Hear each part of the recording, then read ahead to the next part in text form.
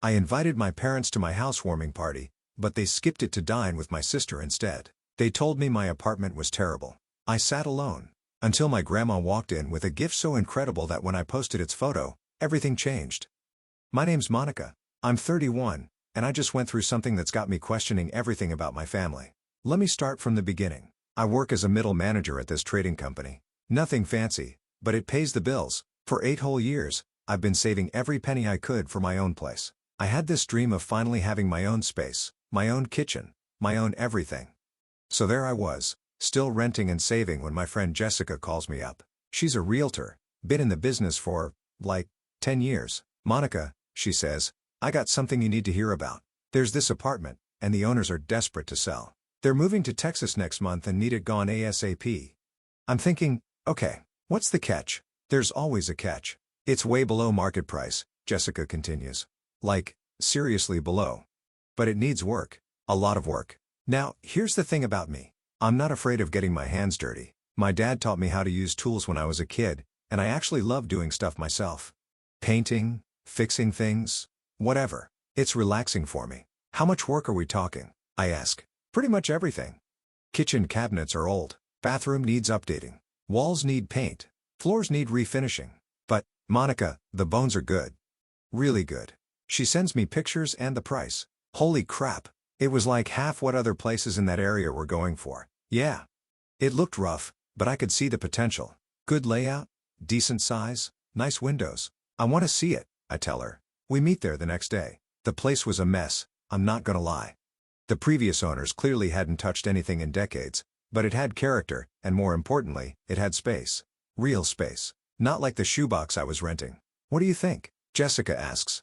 I'm walking around, checking out the rooms, imagining how it could look. I think I'm crazy, but I want it. The whole mortgage process was a nightmare, but I got through it. I kept the whole thing secret from my family, my parents, my older sister, Rebecca, and her husband, Mark. I wanted it to be a surprise. Rebecca's always been the golden child. She's 34, married Mark 5 years ago in this huge wedding that my parents basically paid for. They're always at my parents' house for Sunday dinner, playing the perfect couple. Me? I show up when I can, but work keeps me busy. My parents, Tom and Linda, they're good people, but they've always treated Rebecca like she could do no wrong. She got help with her wedding, help with her down payment on their house, help with everything. I've been on my own since college, but I didn't care. I was finally going to have my own place. The day I closed on the apartment, I was so excited I could barely sleep. I had keys to my own home. I spent that whole weekend just sitting in the empty rooms, planning what I'd do first. I decided to wait until the next Saturday to tell everyone. Rebecca and Mark always go to my parents for dinner on Saturdays. It's like their weekly tradition. Perfect timing for my big announcement. Saturday comes, and I'm practically bouncing as I drive to my parents' house. I've got pictures on my phone. I've got all the details ready. I'm thinking about how proud they're going to be, how excited they'll get about helping me plan the renovations. I walk in right as they're finishing up the main course. Mom made her famous pot roast. The smell hit me as soon as I opened the door. Monica, Mom says, getting up to hug me. You're just in time for dessert. We're eating dessert, Mom's apple pie, when I can't hold it in anymore. My heart's pounding, and I'm grinning like an idiot. So, I say, putting down my fork, I have something to tell you guys. Everyone looks at me. The table goes quiet. I bought an apartment. You could hear a pin drop. They're all just staring at me like I grew a second head. Mom's the first to react. She throws her hands up in the air. Monica, why didn't you tell us? Why didn't you warn us about this? I wanted to surprise you all, I say, still smiling. I wanted it to be a big reveal. I pull out my phone and start scrolling to the pictures. Look, here it is. It needs work, but it's got so much potential. I hand the phone to Rebecca first because she's sitting closest. She looks at the screen and starts laughing. Not happy laughing, mean laughing. Oh my God, she says, showing the phone to Mark. I'm once again convinced that you have absolutely no taste whatsoever. You bought this nonsense? My smile starts to fade. What do you mean? Mom takes the phone and looks at the picture. She shakes her head. Monica, honey, you should have taken Rebecca with you to look at apartments. She has an eye for these things. You will. The apartment's terrible. Dad chimes in, looking over Mom's shoulder at the phone. Mark laughs and hands the phone back to me. Well, it's very suitable for you, Monica. I feel like someone just punched me in the stomach.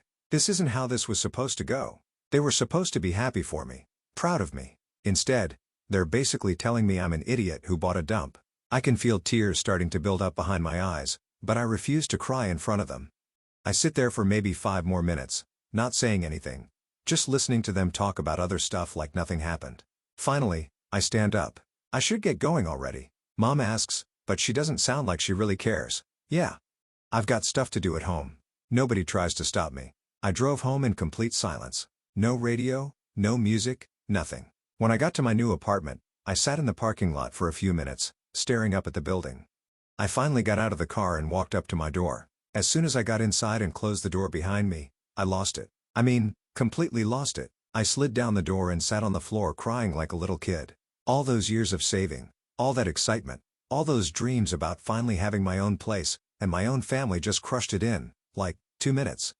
No taste, terrible apartment. Very suitable for you, Monica. Mark's words kept playing over and over in my head.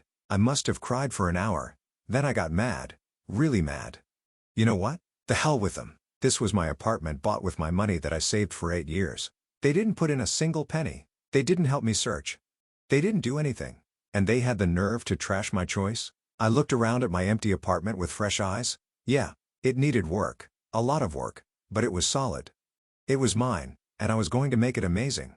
That's exactly what I did. Every day after work, every weekend, I was there fixing things up. I painted walls, updated the bathroom, worked on the kitchen, refinished the floors. It was exhausting work, but I loved every minute of it. This place was becoming exactly what I dreamed of. The whole month went by like that. I didn't call my family. They didn't call me. Fine by me. I was too busy anyway. By the end of the month, the place looked incredible. I'm not even being modest about it. It looked really, really good. Modern, clean, stylish. Everything I'd hoped for and more. I stood in my living room one evening after finishing the last touch-ups and thought, you know what? It's time for a housewarming party. Part of me, a big part, wanted to prove to my family that they were wrong about my apartment, that it wasn't terrible. That I did have taste, that I'd made something beautiful. Yeah, I know that's probably not the healthiest motivation, but I'm being honest here. I was still hurt by what they'd done, but they were my family. And this was a big milestone for me. So I decided to invite them.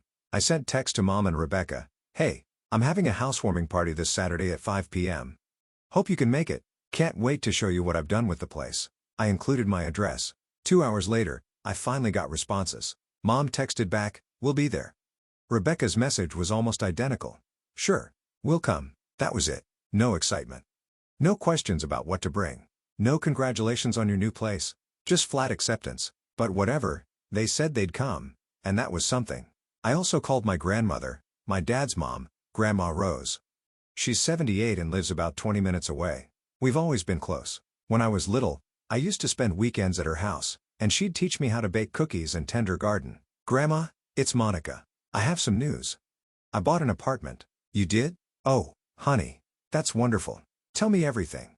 I spent, like, 30 minutes on the phone with her describing the place, talking about all the work I'd done. She was so excited, asking all the right questions, telling me how proud she was. I'm having a housewarming party this Saturday at 5. Can you come? I would love to come, but I might be a little late.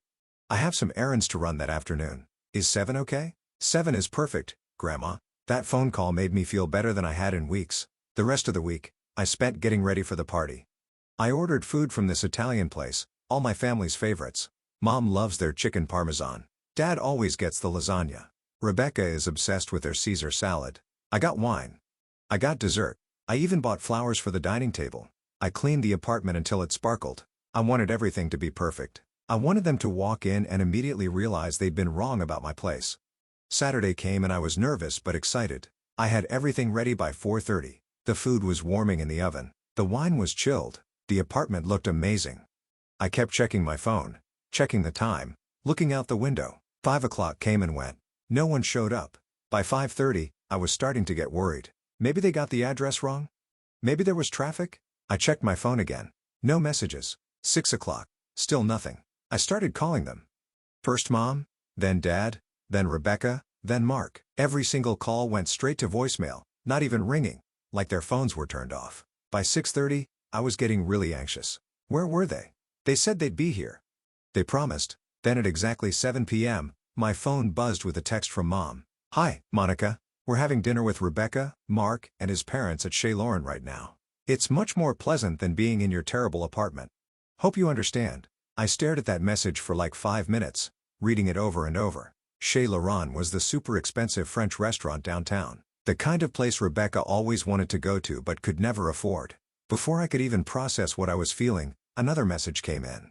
This time from Rebecca. It was a photo of all of them, Mom, Dad, Rebecca, Mark, and Mark's parents, sitting around this fancy table, all dressed up, all smiling and raising their wine glasses like they were celebrating something. The caption said, "Family dinner. So much better than expected." I felt like someone had punched me in the stomach and then set me on fire. I couldn't take it anymore. I just started crying. Not the angry crying from a month ago, but this deep, hurt crying that felt like it was coming from somewhere I didn't even know existed. I was done. I was completely done with them. I would never again wait for their approval. Never again try to make them proud of me. Never again let them hurt me like this. I went to the kitchen and started eating the chicken parmesan I'd ordered for Mom. It was cold by now, but I didn't care.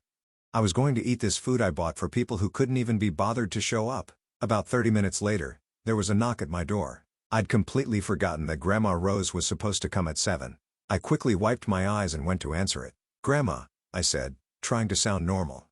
"Monica, sweetheart." She was holding a beautiful wrapped gift and smiling so big. "I'm so sorry I'm late. Traffic was terrible." She handed me the gift. "This is for you, honey, for your new home." I unwrapped it and inside was this gorgeous crystal vase. It was heavy and elegant and must have cost a fortune. "Grandma, this is beautiful. Thank you so much." She looked at me more closely. "Monica, have you been crying? Your eyes are all red." So I told her everything about the texts, about them promising to come, about the restaurant photo, about how they basically ditched my housewarming party to go have dinner somewhere more pleasant than my terrible apartment. By the time I finished talking, Grandma's face was red with anger. I'd never seen her so mad. She grabbed her phone out of her purse like she was going to call someone. "I'm calling your father right now and telling him exactly what I think of this behavior." But then she stopped and put the phone back down. "Actually, no. I have a better idea." She looked at me with this expression I'd never seen before, like she was planning something. "I know exactly how to make them regret doing this to you, Monica." "What kind of idea?" I asked, wiping my eyes with the back of my hand. Grandma sat down on my couch and patted the spot next to her. "Come sit with me, honey. There's something I need to tell you." I sat down, still holding the beautiful vase she'd given me. "Monica, that vase isn't the only gift I have for you tonight. I've been watching you for years, sweetheart, and I've seen how hard you work for everything you have. How you save every penny. How you do everything yourself. How you never ask for help from anyone." She reached into her purse and pulled out a manila folder. "Your sister, on the other hand, has had everything handed to her. Your parents paid for her entire wedding, $30,000. Then they gave her and Mark $15,000 for their down payment on their house. Everything comes easy for Rebecca." She handed me the folder. "Open it." My hands were shaking as I opened the folder. Inside were official-looking documents with a lot of legal language I didn't understand at first. Then I saw the address at the top and my heart stopped. It was the address of Grandma's country house. The one by the lake where I used to spend summers when I was little. The one I hadn't been to in years because work kept me so busy. "Grandma, what is this?" "It's yours now, Monica. I transferred the deed to your name last week. The house by the lake belongs to you. It's worth about $400,000. It's in the perfect location, right on the water, and it's completely paid off." I started crying again, but this time they were good tears. She settled back into the couch. "I was going to announce this gift tonight at your housewarming party in front of your whole family. And then I was going to give Rebecca $250,000 in cash as her gift to balance things out. A house for you, money for her. But they didn't show up to your party, did they? They humiliated you instead. They chose to go eat at some fancy restaurant rather than celebrate your accomplishment. So guess what? Rebecca gets nothing." I couldn't believe what I was hearing. "Grandma, are you serious?" "Dead serious. And that's not all." She reached into her purse again and pulled out her checkbook. Right there on my couch, she wrote out a check and handed it to me. I looked at it and almost fainted. It was made out to me for $250,000. "This money will be enough to pay off most of your mortgage, Monica. Your monthly payments will be tiny after this." I was crying so hard I could barely speak. "Grandma, why are you doing this?" "Because you deserve it. Because you've shown me who you really are. Because your family treated you terribly tonight and I won't stand for it." She stood up and smoothed her skirt. "Now, I want you to take a picture of us together with me holding those house documents, and then I want you to post it on social media." I was confused. "Why?" Grandma smiled, and it wasn't her usual sweet grandma smile. It was more like a shark smile because your family is about to learn that actions have consequences. So I took the picture. Grandma held up the house documents while we both smiled at the camera. I posted it on Instagram and Facebook with the caption, "My amazing grandmother just gave me the most incredible gift, her beautiful country house by the lake. I'm so blessed and grateful." Within minutes, the likes and comments started pouring in. My friends from work, college friends, neighbors, everyone was congratulating me and saying how lucky I was. "Perfect," Grandma said, looking at my phone. "Now we wait." She stayed for another hour, and we talked about the house, about my apartment, about everything except my family. When it was time for her to go, I called her a taxi. After she left, I sat in my apartment looking at the house documents and the check. I felt like I was dreaming. A few hours ago, I was crying over cold chicken parmesan, feeling like the biggest loser in the world. Now I owned a $400,000 house and had enough money to almost pay off my mortgage. I went to bed that night feeling something I hadn't felt in a long time, genuinely happy. The next morning, I woke up to my phone ringing and ringing and ringing. It was 8 a.m. on a Sunday, and someone was calling me over and over. I looked at my phone and saw 17 missed calls, 17 from Mom, Dad, Rebecca, and Mark.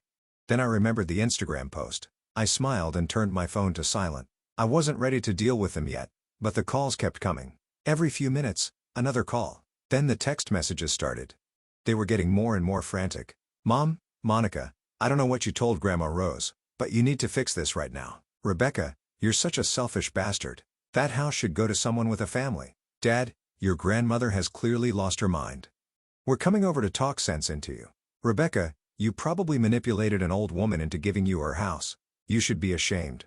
I took screenshots of every single message, especially the ones where Rebecca called me names and where they basically said Grandma was senile. The messages got worse throughout the day.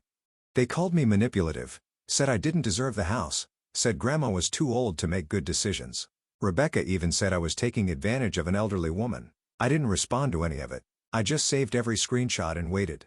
Around 4 p.m., there was pounding on my door.